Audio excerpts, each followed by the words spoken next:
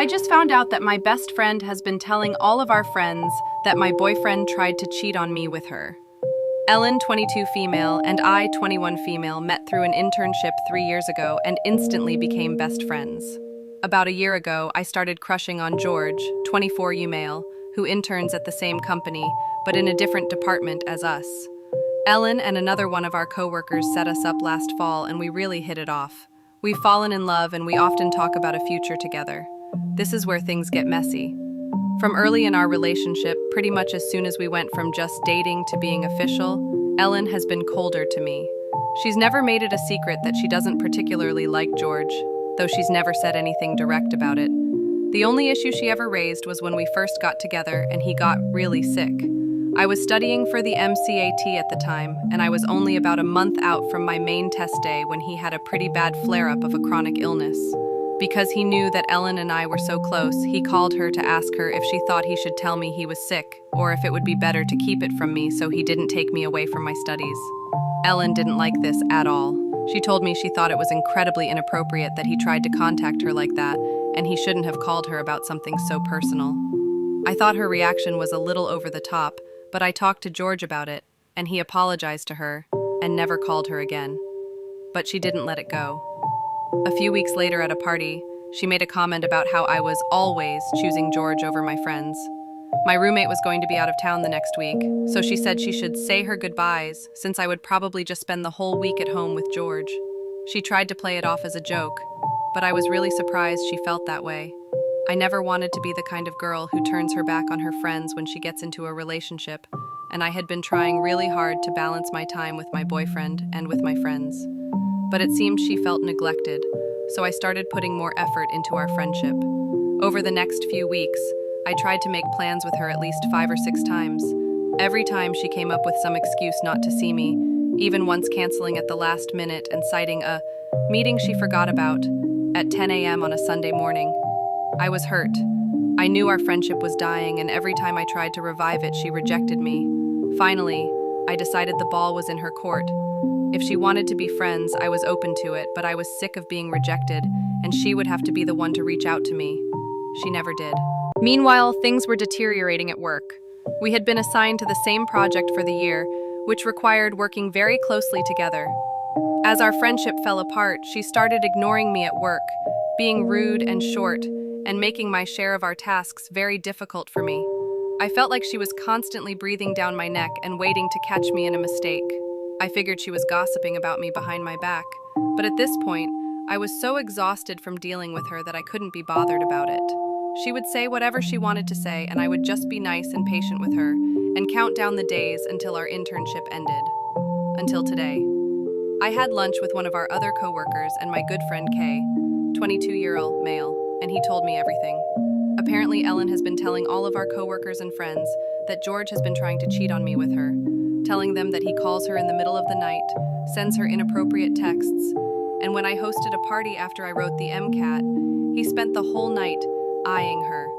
Pembone of this is true. I love George, and I know that he loves me, and even as Kay was telling me all of this, I knew that Ellen was lying. It seemed that Kay didn't believe it either. He was just telling me what he had heard, but the thought that she's been going around accusing George of infidelity makes me sick. Ate to George's house and told him everything. I told him I didn't think for even a second that it was true, and the real betrayal is how Ellen made all this up and spread it around. I was crushed to know that not only did Ellen say all of this, but she'd been saying it to all of my friends for months, and not one of them came to me about it. George helped me get past the hurt stage, and now all I feel is rage. Tomorrow I'm going to call my supervisor and ask if I can work from home until the end of my contract so that I never have to see Ellen's face again. I feel so betrayed, and I just hate her so much right now. Am I overreacting? Should I be taking the high road and just keep working with Ellen as if I don't know? I feel betrayed by my other friends too, because Kay thinks they all knew what she was saying and not one of them told me. Should I cut them off the same way I plan to cut off Ellen? Update. I just found out my best friend has been telling all our friends that my boyfriend tried to cheat on me with her. Update time. 1 year later. I can't believe that I'm still learning more about all the ways that Ellen tried to ruin my life. I'll start with the good news first. Our internship ended without much fanfare. I didn't, as many comments suggested, contact HR or confront Ellen. I did contact our direct supervisor, and told him that our personal relationship had deteriorated and that it had caused some hostility on her part at work, giving specific examples of issues in the workplace without getting into the weeds of the personal pettiness that was going on. He was incredibly understanding and accommodating. I worked from home the rest of the summer, received a glowing recommendation from him, and got hired at our company in my top choice department fresh out of my internship, while I finished my degree and applied for medical school. I've been accepted to the top school in my country, and George and I plan on getting married once I finish my studies. Our relationship is stronger than ever. Ellen moved abroad but stayed very well connected to the friend group that we had formed through the internship. After what happened last year, I slowly began to distance myself from that group.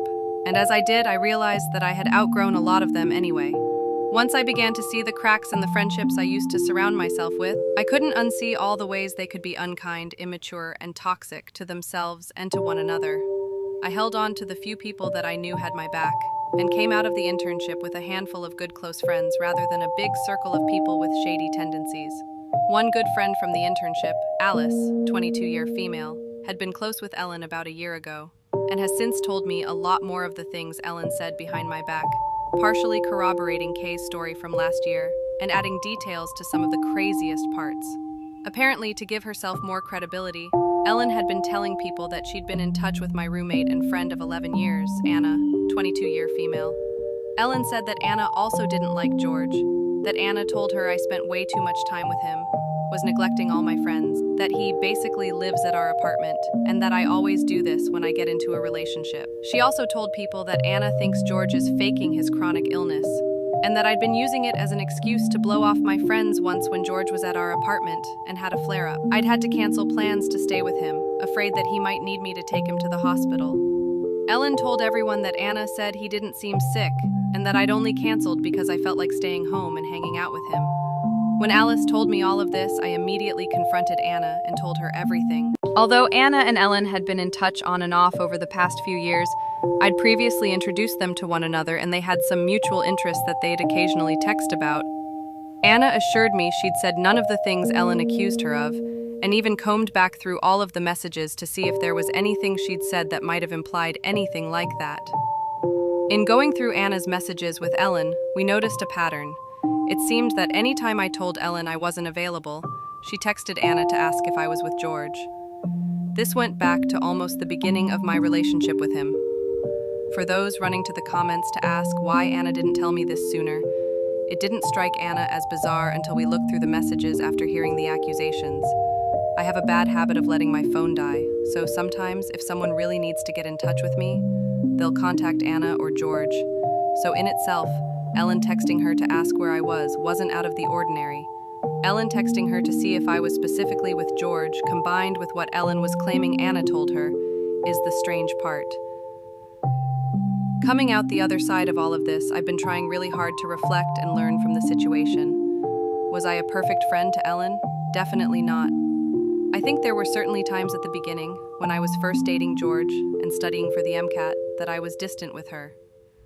Maybe I should have tried harder to patch up our friendship in those early days by confronting her directly, or maybe I should have been more in tune to how she was feeling and addressed it sooner.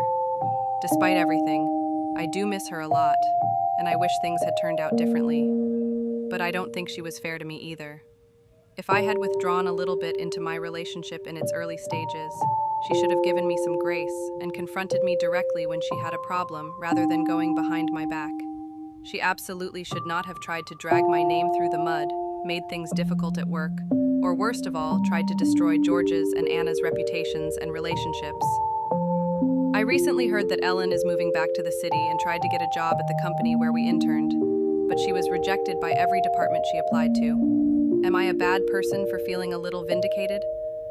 Thanks everyone for your comments last year. I really needed that support, but now I'm just looking for any lessons to be learned. Could I have done anything differently? What can I take away from this to try and be a better friend in the future?